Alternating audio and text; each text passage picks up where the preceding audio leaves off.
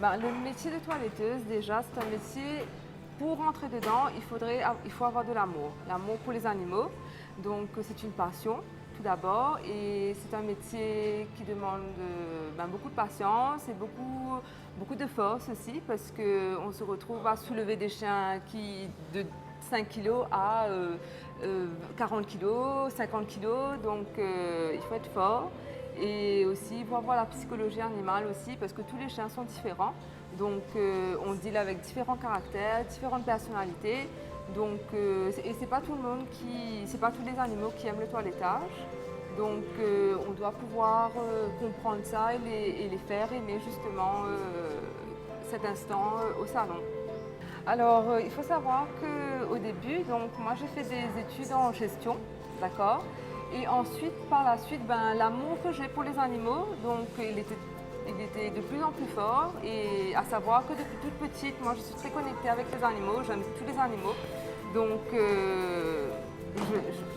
au fur et à mesure, en grandissant, on apprend à se connaître encore plus. Et j'ai compris qu'il faudrait que je fasse quelque chose en fonction et par rapport aux animaux. Donc après les études de gestion, je suis partie au Canada, donc je suis partie faire une formation de toiletteuse. Et à ce moment-là, je suis revenue.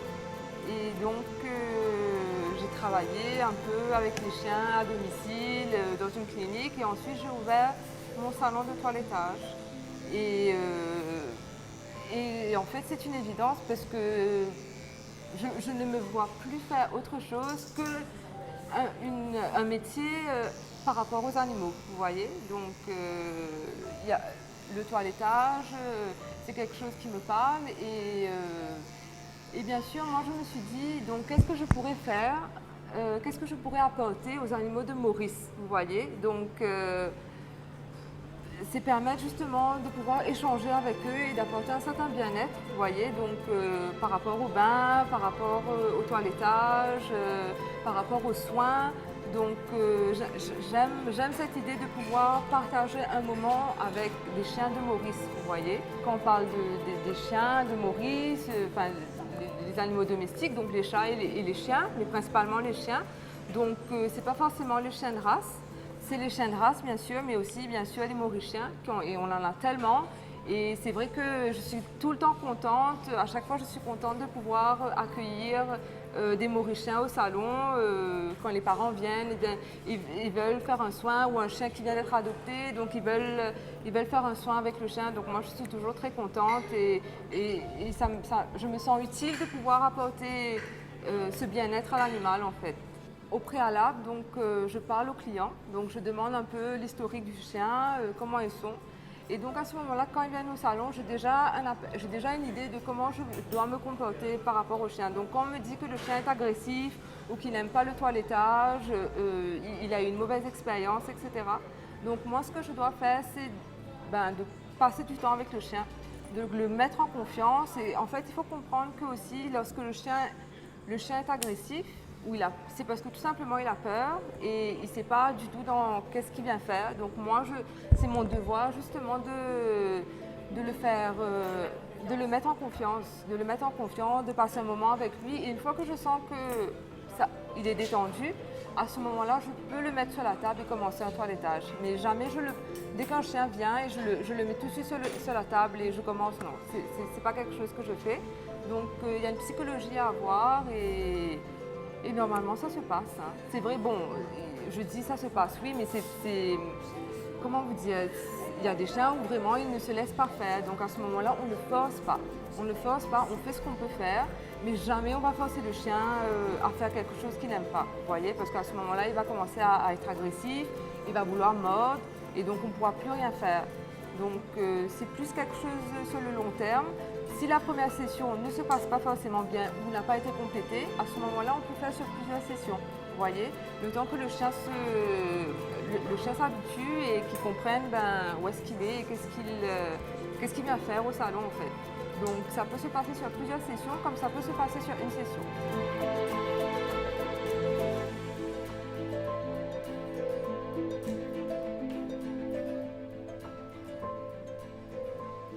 À part le métier de toiletteur, d'accord, où j'offre un service, Donc, à titre personnel aussi, c'est vrai que je passe beaucoup de temps en route à nourrir des chiens. Donc c'est vrai que j'ai toujours un paquet de croquettes dans la voiture et dès que je vois un chien, bon c'est vrai qu'on ne peut pas tous les nourrir, il y en a tellement, mais je fais mon maximum et je sais qu'il y a beaucoup de personnes aussi qui font la même chose. Donc moi je nourris les chiens à chaque fois que j'en vois et si éventuellement si on voit des chiots, on ne peut pas tous les ramasser bien sûr parce qu'on est limité nous aussi, mais on les prend, on essaie de trouver des gens pour adopter, les voisins, la famille. Donc chacun essaie de faire sa part. Donc moi, ma part, c'est ça aussi, de pouvoir les aider et aussi éventuellement quand il y a des personnes qui n'ont pas forcément les moyens de pouvoir s'offrir un toilettage et qui viennent d'adopter un chien. Donc bien sûr, dès que j'ai du temps, ils viennent et puis on fait le toilettage et voilà quoi. Sans souci, c'est un peu ma contribution personnelle au niveau des chiens de Maurice. On s'est retrouvé dans pas mal de situations où les gens ils attachent leurs chiens H24, mais c'est vraiment par rapport à un manque d'information. Donc on essaie de les faire comprendre que justement le chien, il n'est pas là pour être attaché 24 heures sur 24 ou bien de rester sur le toit 24 heures sur 24. Donc on essaye d'apporter des informations et d'apporter surtout l'empathie en fait. Hein. L'empathie par rapport à la vie tout simplement. Et donc on essaie de ne pas brusquer les choses tout en le faisant avec amour toujours. Et donc les choses se font petit à petit, mais c'est vrai qu'il reste encore beaucoup. Il y a beaucoup de chiens qui sont maltraités, il y a beaucoup de chiens abandonnés, beaucoup de chiens dans la rue, mais on essaie de faire ce qu'on peut. Des fois, il y a des personnes, eh bien, c'était pas dans leur planning justement d'adopter des chiens. Ils ont déjà des chiens à la maison, etc. Donc eux aussi, par rapport à la sensibilité de voir un chien qui a besoin d'aide, donc ils vont adopter le chien. Et vu que c'est pas forcément dans leur budget, donc nous on essaye de mon côté, alors bien sûr je propose justement le toilettage, des soins qu'on offre, des conseils, on essaie de contribuer comme on peut et voilà un peu comment ça se passe.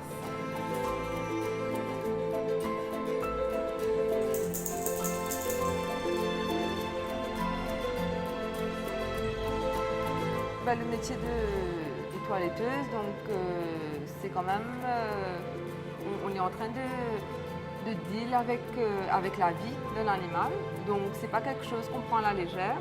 Donc il y a une formation à suivre, il y a une formation à faire et il faut connaître l'animal et toutes les étapes à suivre pour ne pas le blesser, vous voyez. Donc c'est important de savoir comment couper les griffes parce que si on le fait à la maison, on peut blesser le chien. Donc nettoyer les oreilles, on peut blesser si on rentre trop à l'intérieur, donc même pour passer la tondeuse ou le ciseau. Donc si le chien bouge, etc. Donc on peut le faire très mal et puis ça peut être très grave, vous voyez. On se retrouve avec des chiens qui sont traumatisés, tout simplement. Et voilà, donc c'est quelque chose quand même. C'est vrai qu'auparavant, on n'avait pas cette importance de prendre vraiment soin de ces animaux et maintenant on voit un peu plus le pourquoi aller dans un salon de toilettage. Donc quels sont les bienfaits pour l'animal, vous voyez. Donc on peut le brosser régulièrement à la maison et lui donner un bain de temps en temps et encore. Mais quand il vient au salon, c'est vrai qu'on sait exactement qu'est-ce qu'il faut faire avec l'animal et comment le manipuler tout simplement et pour ne pas le blesser, vous voyez. Donc c'est toujours bien d'avoir affaire à un professionnel pour que l'animal justement se sente bien et que vous avez un chien en meilleure santé, vous voyez. Parce que c'est vrai que chez la toiletteuse, enfin chez le toiletteur, le chien vient et c'est vrai combien de fois on a pu détecter il y a une grosseur, ou il y a quelque chose, ou il y a des problèmes de peau, et il y a des problèmes de poils. Donc c'est vrai que quand on arrive à voir ça dans le salon, donc à ce moment-là, quand les parents ils viennent, on peut les conseiller d'aller voir le vétérinaire parce que le chien a tel problème, vous voyez. Et à la maison, on peut passer à côté en fait, vous voyez. Donc moi je te conseille toujours un toilettage régulier, ok, tous les 3 mois, tous les 2 mois, dépendant du chien et bien sûr de son activité où est-ce qu'il se trouve, de son environnement aussi. Et donc un toilettage régulier pour que le chien vive en meilleure santé. Donc c'est toujours bien, quoi. C'est toujours bien.